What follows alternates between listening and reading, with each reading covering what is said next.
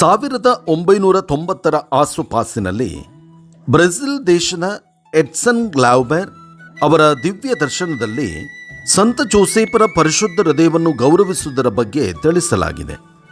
ಯೇಸುವು, ಮರಿಯಳು, ಜೋಸೇಫರು 1994ರಿಂದ 1998ರ ತನಕ ಎಡ್ಸನ್ ಅವರಿಗೆ ದರ್ಶನವಿತ್ತು. ಪ್ರಥಮ ಬುಧವಾರವನ್ನು ಅವರ ಪರಿಶುದ್ಧ ಹೃದಯದ ಭಕ್ತಿಗೆ ಮೀಸಲಿಡಲು ತಿಳಿಸುತ್ತಾರೆ. ಅಂತೆಯೇ ಅನೇಕ ವಿಷಯಗಳ ಬಗ್ಗೆ ಅವರಿಗೆ ದಿವ್ಯ ದರ್ಶನದಲ್ಲಿ ತಿಳಿಸುತ್ತಾರೆ.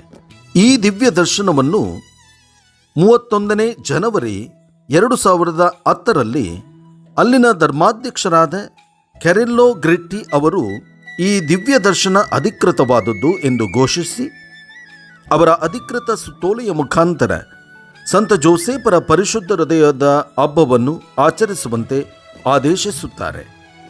ಆದರೆ ಅವರು ದೈವಾಧೀನರಾದ ನಂತರ 2016ರಲ್ಲಿ the congregation of the doctrine of faith ಈ ಧರ್ಮಾಧ್ಯಕ್ಷರ ಅಧಿಕೃತ ಸುತ್ತೋಲೆಯನ್ನು ಹಿಂಪಡೆದು ಅವಲೋಕನದಲ್ಲಿಟ್ಟಿರುತ್ತಾರೆ.